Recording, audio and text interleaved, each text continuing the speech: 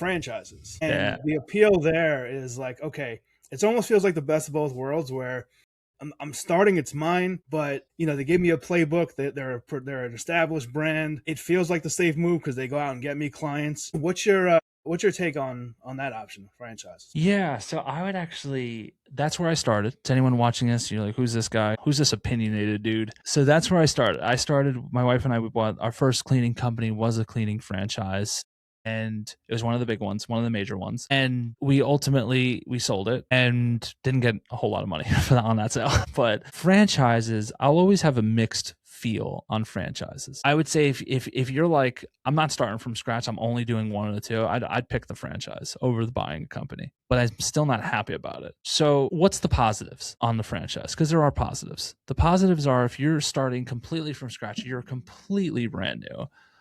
I can't speak, I don't know the offer of every franchise ever, but a lot of them are very similar. This idea of, okay, you hand them over 20 grand and they'll guarantee you 3 grand a month or 4 grand a month, maybe 5 grand a month. It's like on paper, it's like, that sounds pretty good. That's pretty cool. The idea that they're going to handle most of the growth, that's exciting, right? Who would be against that? I don't have to do any marketing. They're going to do it for me. Yeah, 100%. The offer we bought into, they even got our first round of equipment for us. I remember going to the office, their main office, just picking up all this equipment, barrels and mops and a protein vacuum. Actually, 2 protein vacuums was the offer we bought into. So it was like, man, this is good. This is exciting. So it's like, well, why wouldn't that be a slam dunk? It's not a slam dunk because just like buying the company, you don't realize until you're in it, you're never going to feel like you own it. A lot of times you feel like you are just a regional manager. You don't really feel like this is your company because it could be taken away from you at any point and given to someone else. Not to mention, you may not pay to get the clients, but you are paying for those clients. So either way. And not to mention their support fees. I've seen, our support fee was 22%, give or take a point. I don't want to misrepresent anything. It's been a while, but I believe it was like, let me say low end was 20%. So that means 20% of whatever you make, 20% every month just goes right to the franchise. Imagine that. That's a lot of money, especially when we go to, we make $10,000, $20,000, $30,000, $40,000 a month. That's a lot of money coming off the top. I'll yield the floor back to you, but I just want to say on the franchise front, there are pros, but the cons to me, it just far outweigh the pros. Well, you said if 20 was low end, then if 40 is your ideal margin, that's already cut in half, right? Like right out of the gate, right? That's going to make it harder to operate. Well, I would say the hardest part to operate besides that is this, and this is not, if you know, franchise is underbid like crazy. I have a direct story of when we started our second cleaning company in a neighboring state. So New York City was the first one. Connecticut was the second one. And we started our marketing and we won a client, but they were just inside of New York. So it was a 25-minute ride from our house and it was in New York. But that's where our franchisor, that was their territory. So even though we won the account, we were set to start. It was a 7-day-a-week clinic. No, I think it was 5 days. I'm sorry. I don't remember, but it was 5 or 7. It was, we had them for about, I think it was like $4,400, $4,500 per month. The woman we were dealing with, she was incredible. She was happy. She was ready. They came up on their budget, but they knew it was time to work with a unicorn company. They were ready. Okay. So my wife and I, we had to really think about it. And we said, you know what, this doesn't feel right. We're in their territory and it just doesn't feel right. So we thought the best thing to do was to call them, let them know, hey, we won an account. We didn't win it from them, to be clear. We didn't steal an account from anybody. We would never even attempt that. But we still felt like that was more of the right thing to do.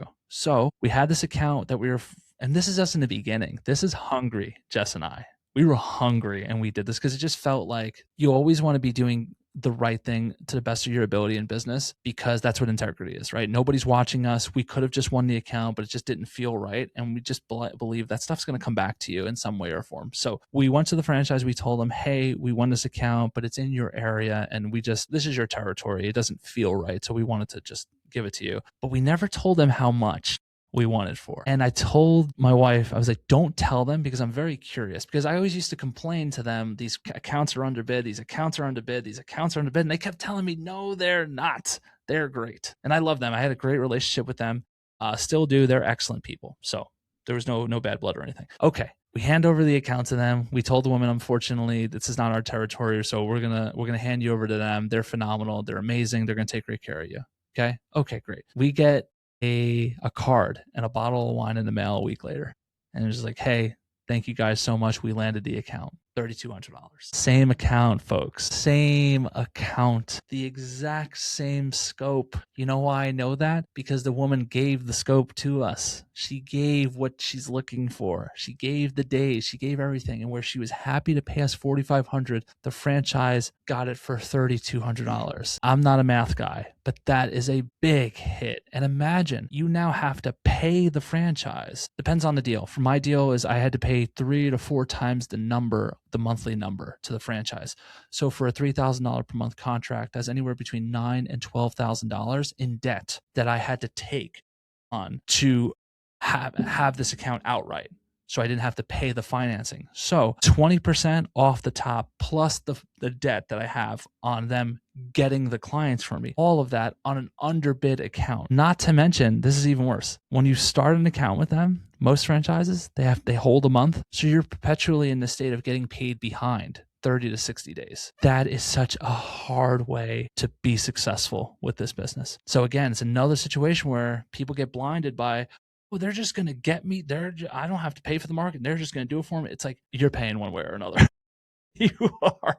And I would argue you're paying 10 times more with a franchise, even though they're technically, you're paying them, you don't have to think about it, but it's expensive doing it that way. But what I don't understand is, like, franchises want to make money too, right? Why do they feel this constant need to underbid if they can just make more money? Yeah, great question. So most of them, and I believe I have an answer because I've been just in this game for so long. What happens is it's not like franchise as a whole is deciding I'm going to underbid. What's happening is you have sales reps that have to hit quota. Now, you as a business owner, the big difference between you as a business owner who's pricing an account versus a salesperson who's just trying to win an account, the difference is as an owner, if you have the wherewithal, you know how to price, you know how painful it is to underbid, because now you're stuck with an underbid contract. Whereas, like, all that comes with that is very painful. So the likelihood is if you know better, you won't do it. However, the flip side is the franchise salesperson, they just have to hit quota. They don't have to clean those toilets. They don't have to staff the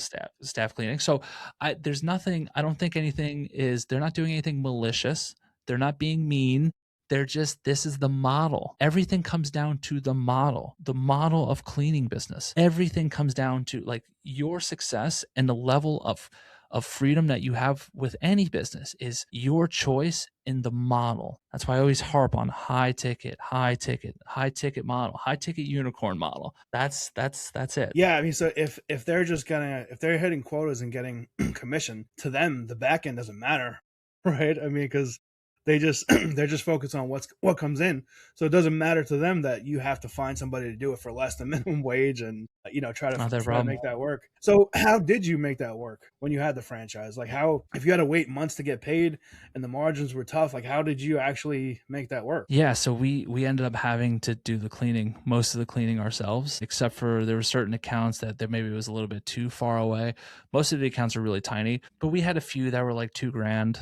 I think the biggest one we ever had was like 2,800. It was a huge school, huge. Like, if I was pricing that school today, it would probably be 5,300. That kind of gives you an idea.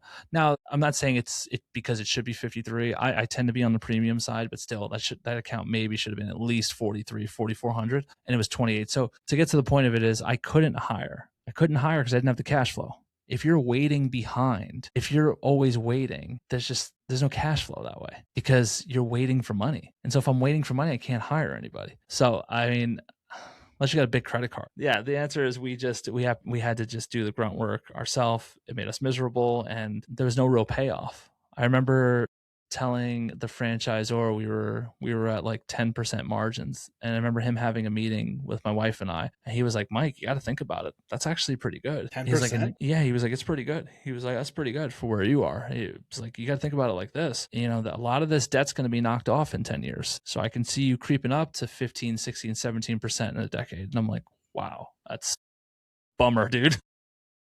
All that work to do all that, you might as well get a job. You know, keep your job to add all that stress for Yeah. 15% in 10 years. Like that seems kind of silly, brother. Yeah. I felt like I felt like is, young 20s. I felt like, okay, I'm clearly not seeing business the right way. I'm clearly not good at this, and I wasn't. I'm young, but at the same time I thought, Mike, you're wanting this to be too fast. This is just how the game is played. You have to wait 30 days to get paid. It's just how the game is played. Yeah, you'd be lucky to get any contract you can get.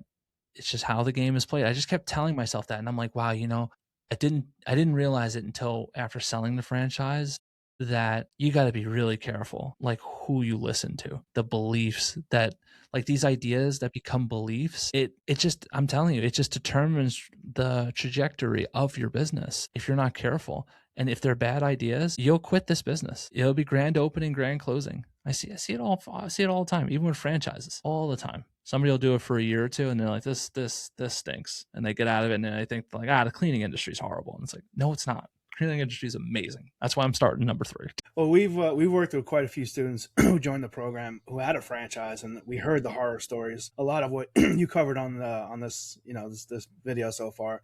But one thing I hear, and I'm curious to hear your perspective on this. They they say it doesn't really feel like it's mine. The franchise, they determine the price, they get us the accounts. It just kind of feels like we're working for them. Was that the case for you, or did it actually feel like it was your business? Yeah, so it was funny. It felt like it was our business when it was a big problem.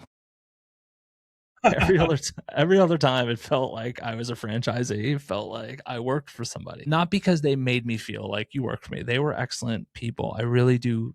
I still love them. I think they're phenomenal, like just people. So it wasn't anything like that. It wasn't like they were being mean to us or anything. But there were moments where, listen, we're paying them a lot of money every month to, for support. And when poop hits the fan, something big happened. A couple of times it was like, hey, this is your business. And it's like, okay, why is it only my business during problems? So yeah, for those reasons, I'm like, well, then I might as well be independent then, because I'm not really seeing the benefit.